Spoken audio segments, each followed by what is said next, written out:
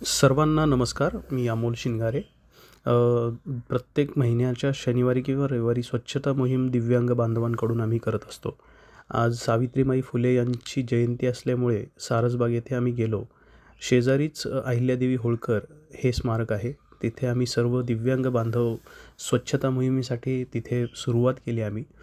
पाण्याची व्यवस्था असल्यामुळे तिथली जो काही कचरा होता, धूळ होती, सगळ्या गोष्टी होत्या तिथे सगळ्या तिथून काढल्या. खूप काही वेगवेगळ्या वस्तू तिथे आम्हाला आढळल्या, म्हणजे ज्या मी तर सांगू शकत नाही.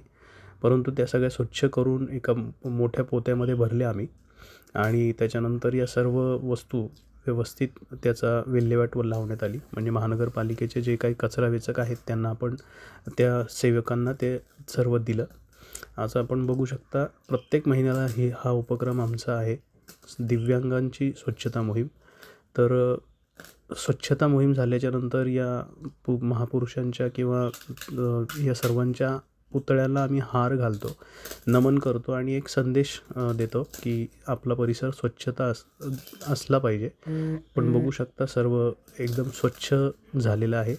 आमचा हा उपक्रम आपल्याला कसा वाटला नक्कीच तुम्ही कमेंटमध्ये सांगा.